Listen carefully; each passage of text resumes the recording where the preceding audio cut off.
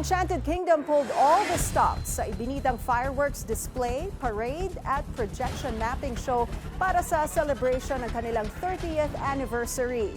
Narito ang Agenda Weekend Report ni Ivy Reyes live mula sa Santa Rosa, Laguna. Ivy, kamusta ang celebration dyan?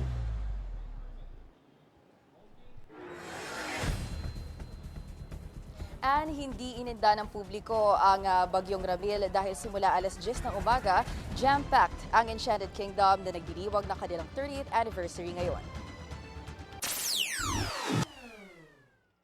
Now on its 30th year, isang 2-day concert ang ihinanda ng Enchanted Kingdom family para sa kanilang mga taga-suporta. Ang famous Wheel of Fate ng EK, ibinida ang kanilang pinakaunang projection mapping show na nagpapakita ng 30 taong legacy ng pinakamalaking amusement park sa Pilipinas. Tampok din ang kanilang parada na pinamagatang Echoes of Enchantment kasama ang official mascot ng EK na si Elder the Wizard.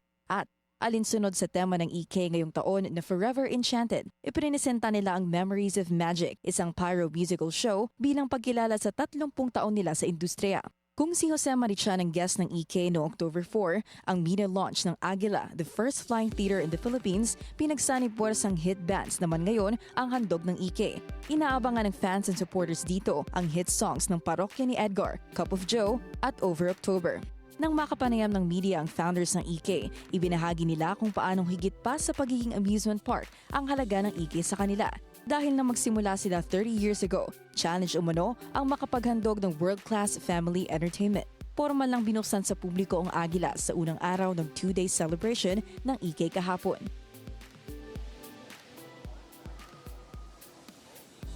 And George, sa ating obserbasyon sa simula ng pagbubukas ng park kaninang umaga ay talagang sumagi sa ulan ang karamihan sa mga naririto. Pero ang mahalaga raw, nag-enjoy sila. Nakapanayam din natin ang management ng Enchanted Kingdom but as of 6 p.m., pumalo na sa halos 9,000 yung attendees ng kanilang anniversary celebration.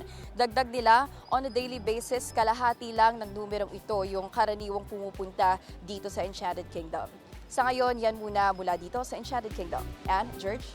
Maraming salamat, Ivy Reyes, live mula sa Santa Rosa, Laguna.